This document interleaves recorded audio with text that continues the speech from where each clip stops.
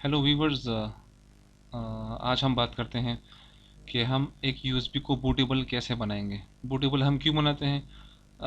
बाज़ औक़ात हमें विंडोज़ की ज़रूरत पड़ती है, सिस्टम में हम विंडोज़ इंस्टॉल करते हैं।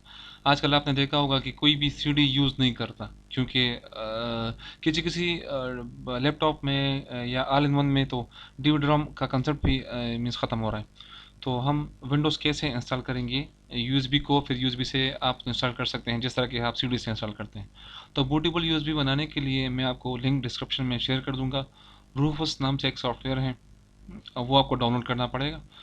और फिर आपको एक आईएसओ फाइल भी चाहिए होगी। आईएसओ फाइल आप यहाँ से गूगल से आप इजीली मीन्स डाउनलोड कर सकते हैं। किसी भी विंडोज़ का आईएसओ फाइल पहले से सेव होता है, ठीक है।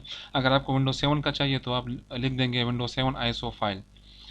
यहाँ से सब फर्स्ट ऑफ ऑल रोफस मुझे डाउनलोड करना पड़ेगा। यहाँ से मैं क्लिक करता हूँ इस पर। तो आपके नेट पे डिपेंड करेगा अभी कितना टाइम लेगा ये छोटा सा फाइल है, 1 MB का है तकरीबन।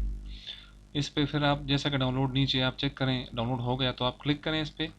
क्लिक करने के बाद आपसे कुछ इंस्ट्रक्शंस ये मांगेगा, ये आप क्लिक करें। ये देखें ये खुल गया, बस ये एक जी फाइल ही होता है। यहाँ पे आप यूएसबी इसको इंसर्ट करेंगे तो यहाँ पे यूएसबी का नाम आ जाएगा। यूएसबी आपने इंसर्ट लाजिम कर देना है। मिनिमम मैं आपको सजेस्ट करूँगा आप 8 ही रखें, क्योंकि कभी कभी किसी किसी का साइज़ ज़्यादा हो जाता है आईएसओ फाइल का। तो यहाँ पे क्लिक करें, ठीक है। फिर नीचे डायरेक्टली आप आ जाएं। यहाँ पे बूट सेलेक्शन पे आपने आईएसओ फाइल को सेलेक्ट कर देना है। मैं सेलेक्ट करता हूँ आईएसओ फाइल। मेरे पास आईएसओ पहले से डाउनलोडेड है। मैं अपने डी पे क्लिक करता हूँ, मेरा जो ड्राइव है इस पर मैं नीचे जाता हूँ। आप चेक करें ये पूरे मेरे पास आईएसओ फाइल पहले से डाउनलोड है सिस्टम में, ठीक है। ये साइज़ आप नोट करते जाएं। ये 3 GB से लेके मेरे पास 4 GB तक है। एक तो 7 GB भी है ये दूसरा वाला वर्जन। तो मैं अभी विंडो 7 को बूट करता हूँ लेट से, या विंडो 8 को बूट करता हूँ। कोई भी विंडो आपको चाहिए वो आप अपने सिस्टम में पहले से डाउनलोड कर दें आईएसओ फाइल, फिर उसको आप ओपन कर दें।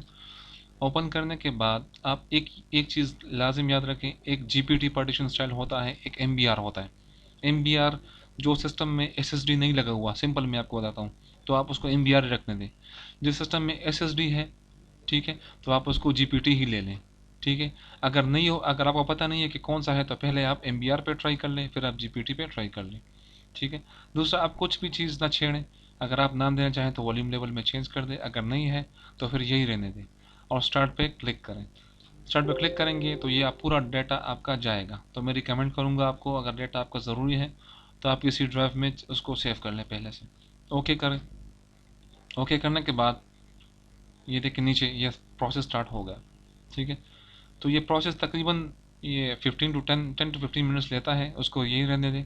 अगर बीच में कैंसिल हो जाता है तो आप उसको दोबारा से स्टार्ट कर सकते हैं। फिर भी अगर आपको समझ नहीं आया, कोई चीज़ की डाउट है, तो आप मुझसे कमेंट्स में पूछ सकते हैं। Thank you very much.